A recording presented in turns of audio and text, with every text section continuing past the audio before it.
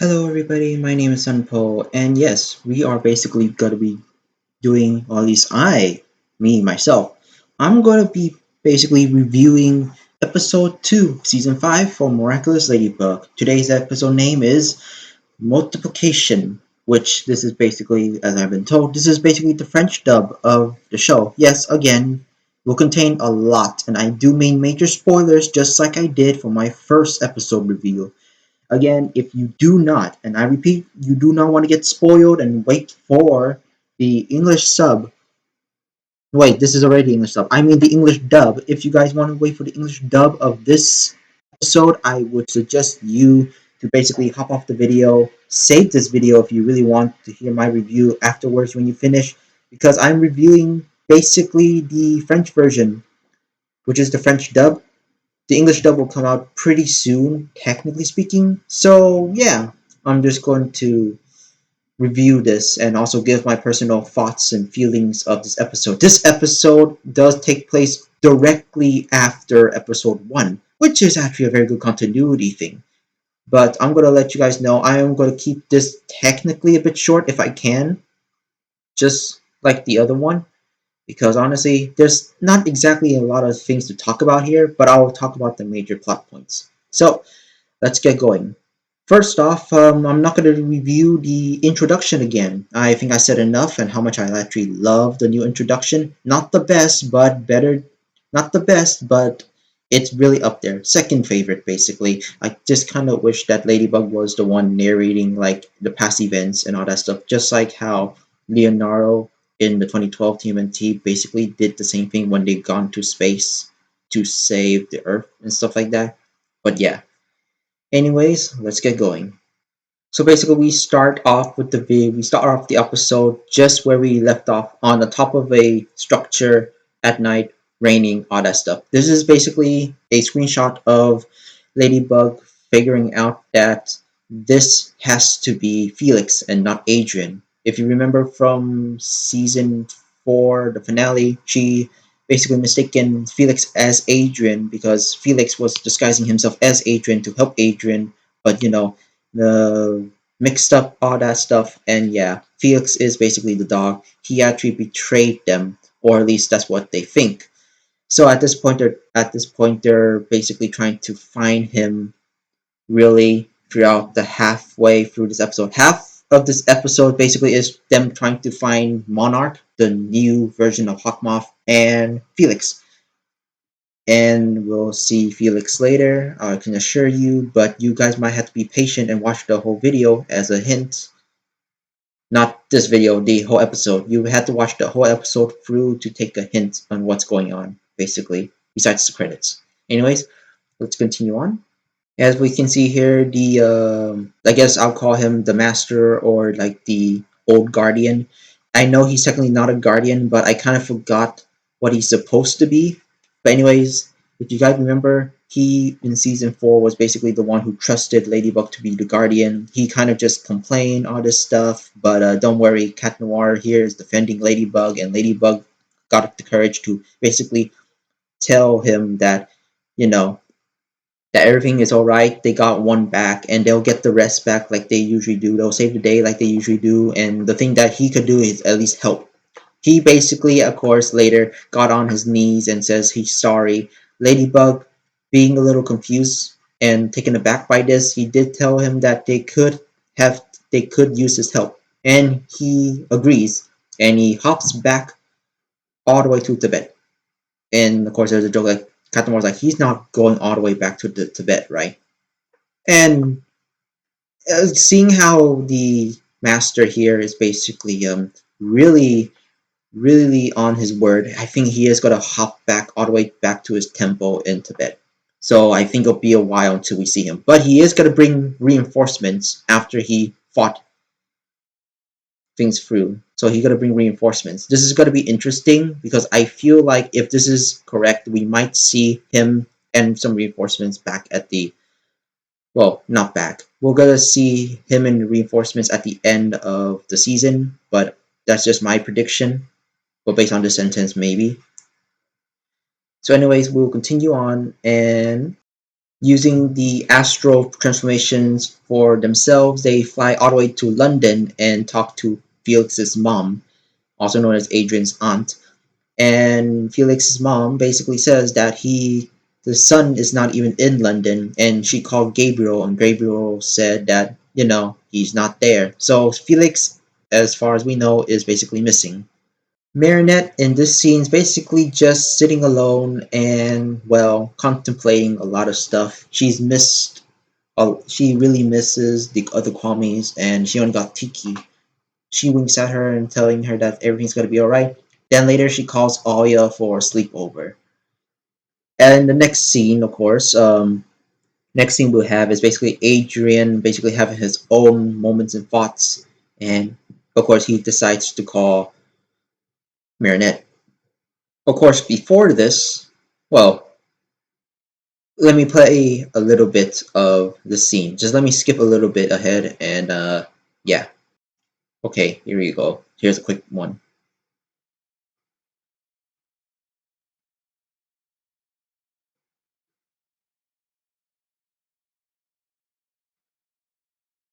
Yep, Adrian doesn't want to be a baller anymore. He finally says it, but he was taken aback that his father was just okay.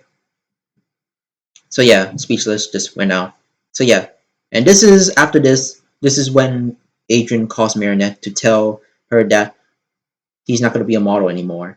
And of course, in that scene, Aya's there too, and Aya answers because Marinette's afraid and shy. We all know this stuff. But, Adrian's got to say this, and like, of course, he said, well, tell Marinette that basically I don't want to be I'm not a model anymore. Marinette actually surprised, she grabbed her own phone and all this talking stuff and all that. And then, like, Adrian, let me show you this actually. Now, even though basically the subtitle says here, he also says that, without her, his life would have been totally different. And he actually calls Marinette because of this. He just wants her to know that she is very special to him in his life, of course. And of course, after this, Aya thinks that they're possibly could be a start of their loving relationship, but Marinette, being, being Marinette, basically now says that, oh, he's just a friend. Oh, yes, we got the reverse situation here, don't we? But not exactly. Adrian basically, later he's on his bed, basically saying that Marinette is special, with, of course, the subtitles having a little heart sound around it. So, yeah, he seems to have greater feelings to Marinette now. And, of course, Plague says, like, you can always call her a friend, but yet with that smile, and stuff like that. Anyways, we'll continue on. And this is going to be a super short thing here. So we basically gone back the next day of school, and now we have an exclamation. Now, here's the thing. The father says that Alex is going to be doing superhero business for a while. And yes, I guess it is kind of okay because of how the Miraculous is because time travel and stuff. Alex has been chosen to basically be a superhero and help out. She's not going to be around a lot. So that would include that well, not include, but imply that Alex is not going to be appearing for basically the majority of the season. And to be honest, she didn't really have a role, sadly, in most of the other seasons. But now she actually has an excuse to not be in the show now because she's now a superhero, and we already know about the job of being the holder of the Bunny Miraculous, the guardian of time, basically, quote unquote. That's what I like to say. But yeah, also, the father not only that shows pictures of Alex as a superhero. But I'll play this clip.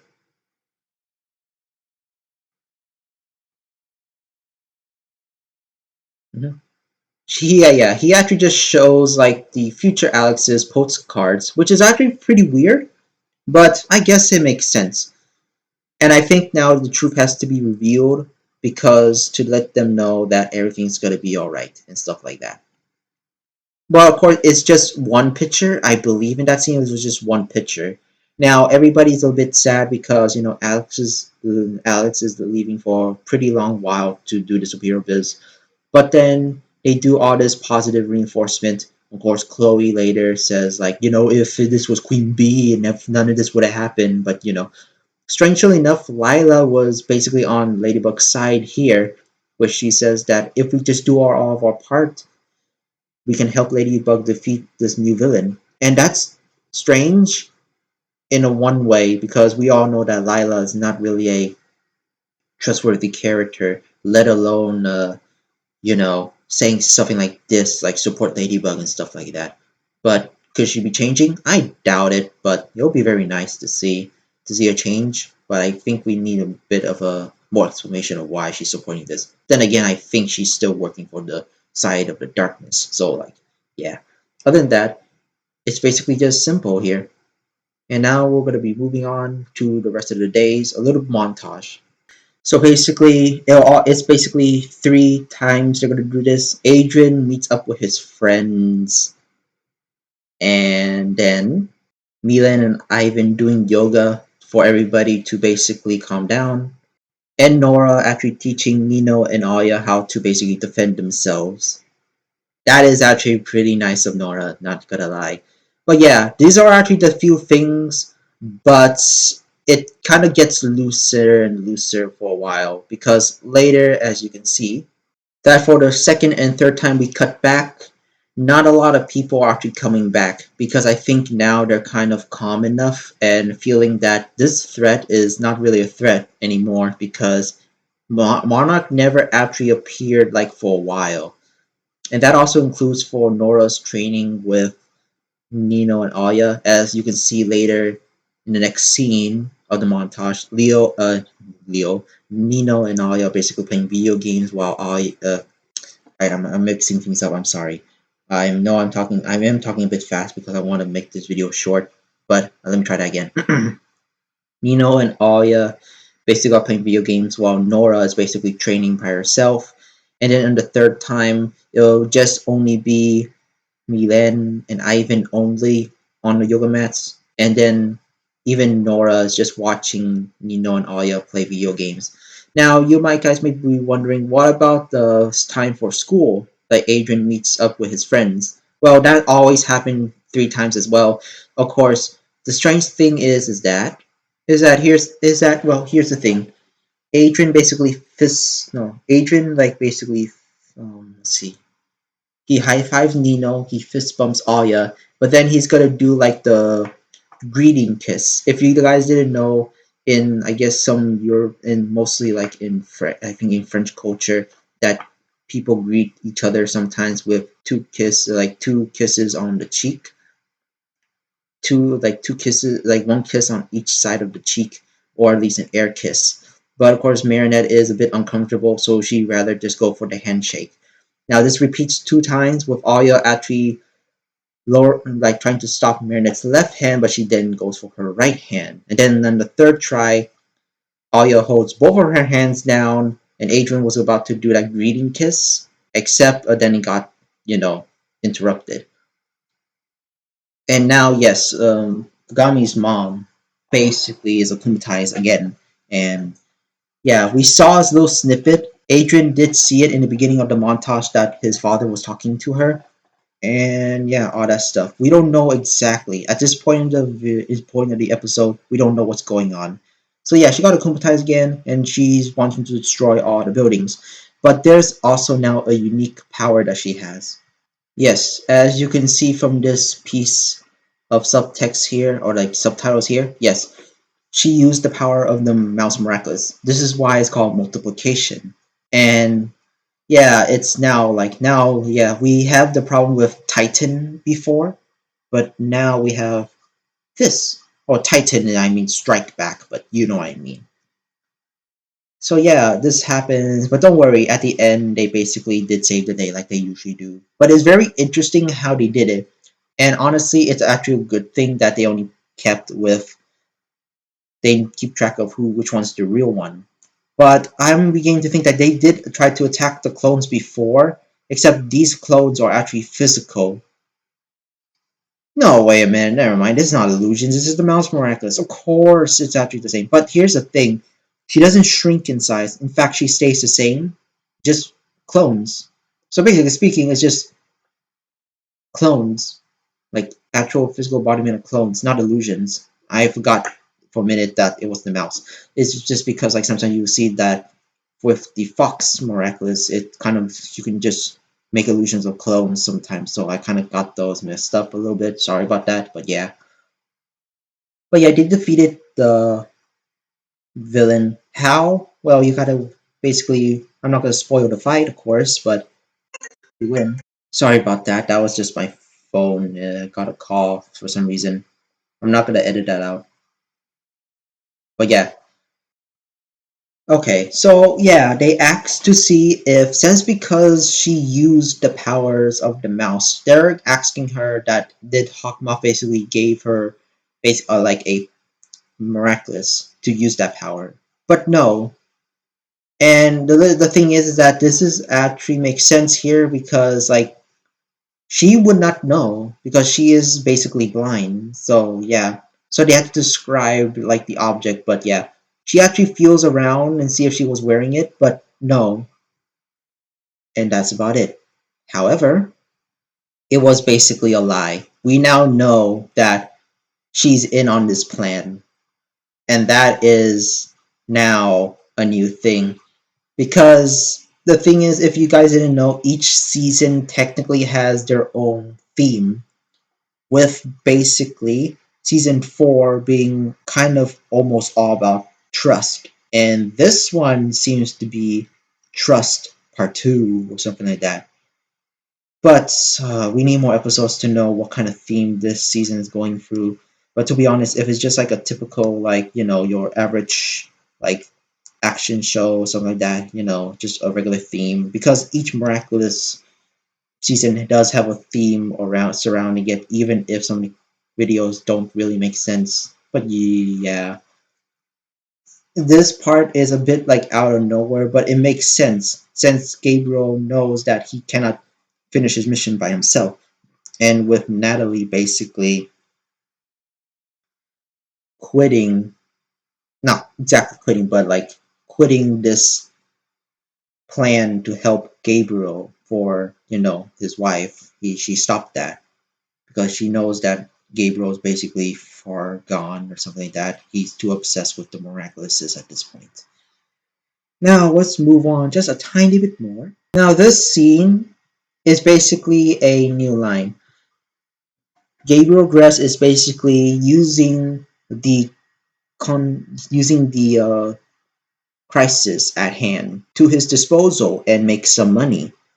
Now he makes a ring that can the ring is basically like Google. It's basically the Google ring. I would just say that, or the Amazon ring, or basically the Apple ring or something like that. Basically, it tells you everything you need to know, like the square root of this big ass number, and basically, is there anything else? Yes. Also tells you where decomatization is and what procedures to do. Also, you can actually set who do you want on the ring as your AI companion. It's actually, the more I think about it, it's kind of more like Samsung Sam. That's a very weird word now I think about it. But technically, yes, it's kind of the virtual assistant. Don't worry, these are all holograms. And you might be wondering, why is Adrian here? I thought you say like he's basically like not a model anymore. Well, if you guys didn't know, I actually skipped one. But um, earlier this episode, Gabriel Gress basically like scanned both Adrian and Lila's bodies. So basically, these are pre-rendered holograms or pre-rendered models, basically. So basically, like those 3D models, like CGI stuff like that. And yeah, Gabriel Gress later, after this big old ad for his new product, Gabriel basically said that he knows that Adrian was gonna give up on modeling sooner or later, so he did this so like he can still continue his thing. Sorry, my throat's kind of dry right now. So Gabriel basically did this because he knows that Adrian was about to basically someday stop being a model. So he scanned him so he can still use his likeness on his products, but Adrian now can live a normal life as he chooses if he doesn't want to be a model. We don't know if that's his true intent, but that's what Gabriel basically says for now. And let's see, let's continue on a little bit more. And that is basically the end, or so it may seem. So this is actually a very good picture here. I actually do like this. But you can see Felix here, even though we don't see him. Well, says if you basically still were watching the episode and you just saw in comfortable, where's Felix? Why is Felix here? Well, let's just skip a little bit and yeah, we got some posts. We have like an end scene right here, like pre like the like I don't know, like with what's the word? Post episode end screen, something like that. I will consider this like a end scene, like a post credit scene. I'll count as this, even though the credits didn't roll yet. But that's like a weird thing for like episodes to do. But yes, we just a few seconds later, if you just stay on the screen, you'll see that Felix was in London the whole time. The mother lied for Felix because Felix knows that Felix told his mother that the superheroes are coming after me and all that stuff. So yeah, Felix being the crafty a-hole that he is, he just basically like did that. And also, another interesting thing, if you guys didn't remember, he has the Peacock Miraculous. He stole it before he left. And yeah, this is gonna take a lot of implications here. So it looks like that Felix might be our secondary villain for our heroes to actually face, or this could be a start of a spin-off series. We don't know yet, but I do believe that this Felix might be the second antagonist in the series. Because yeah, we need one. Yeah, I'm actually really surprised, but now the more I think about it, it's a bit weird. But I do get it, and technically speaking, this was built up in season four's finale, so it makes sense. Now, that's basically the end of the episode, and that's the end of the summary. I know I said a lot of stuff, but yeah. Now, is there any now the pros in this episode is that finally something that episode one kind of also lacked for me is that we didn't really know time. That none. God damn it. Okay, I'm messing up my words.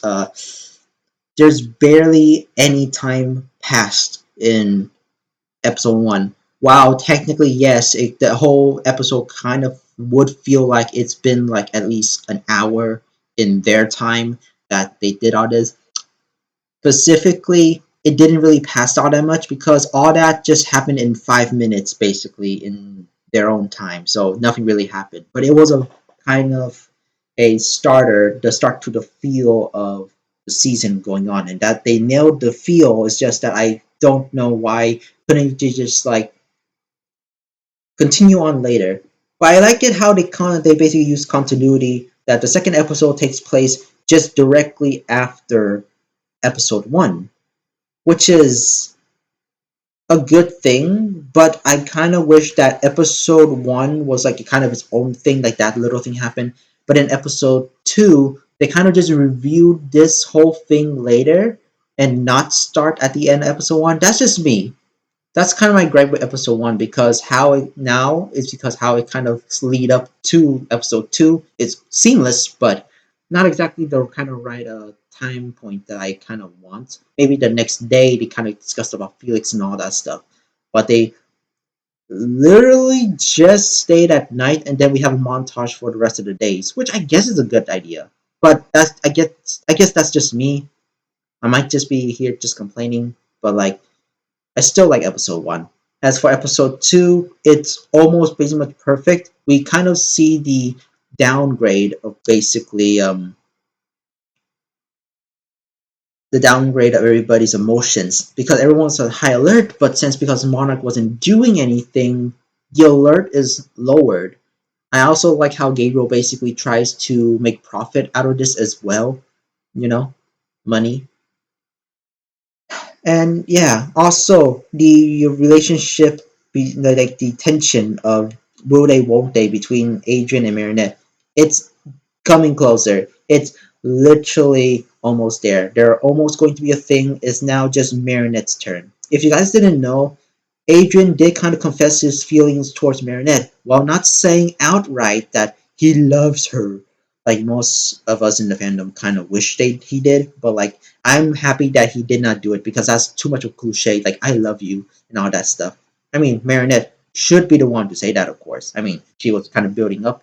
She was built up to say this, for a while, and we kind of have these other things. But like, it's a good thing that Adrian just shared his feelings and how he feels about Marinette without saying that those two words, either like or love. I don't know, but like that's good.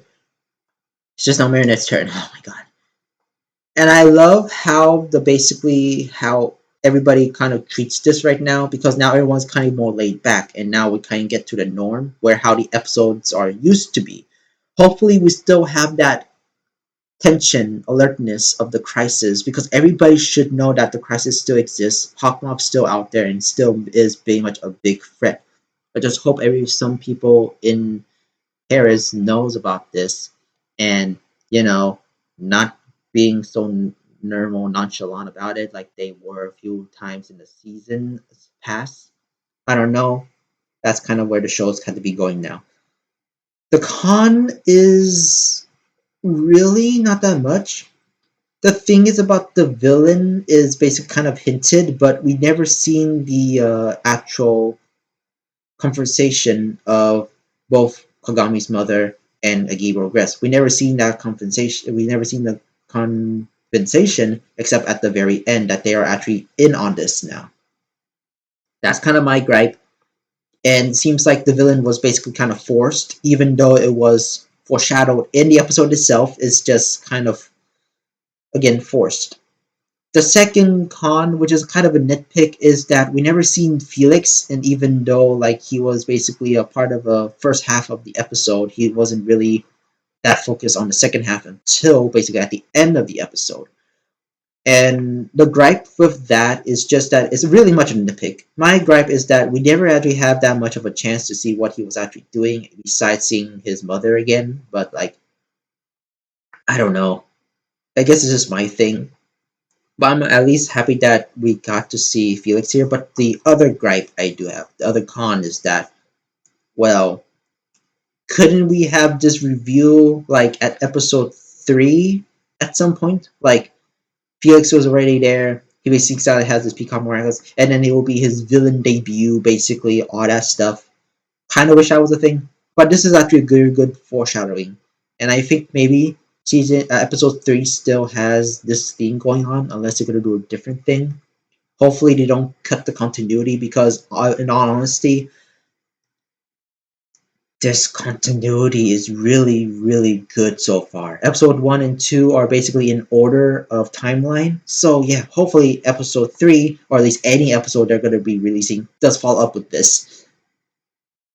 If not, if it's just like a one time thing, like a filler episode, that's good too, but at least hopefully one, because at this point, if you're basically going to be consistent with timeline now, you might have at least just one filler episode and a lot of other episodes basically being timeline related, as now since you guys are basically doing this. Again, this is a very good episode. Not one of my favorites, but I really do love this episode. It's really much up there, and of course, I love almost every episode of Miraculous, except for that one episode in season 2. I really don't like that episode. Oh god, babies. But anyways, yeah, that's about it. I don't think I ever gave a ranking for like season episode 1 basically for season 5, which is this season. So first I'm going to rank this episode. This episode basically would actually be a very good 7 out of 10. Honestly, 7 out of 10 for this episode. That's how I feel. Episode 1, I never did a ranking for episode 1 last time unless I don't remember. But I don't remember what it is, but I feel like the episode 1 for season 5 might be a 8 out of 10 if I believe, or 9 out of 10. Not perfect, of course, although I like it to be perfect. I feel like it's perfect, but like I feel like it's 9 out of 10 or 8 out of 10 because of how it's technically structured in the timeline, which is a bit weird. But anyways, that's about it. Hopefully you enjoyed this review and all my thoughts at the end. I hope you guys like this little summary I have and also showing you some of these screenshots. If you guys are still watching this, probably that means you either don't care about spoilers or you watched the original dub already. But hey, I'm going to be watching the English dub as well for this one. I'm not going to review any of the English dubs when they come out, for the exception if the first viewing is in English. I'll always review the episode in the original dubs that were released first. So that will be about it. Anyways, I'm Sunpo, and I'll see you guys next time. Catch you later.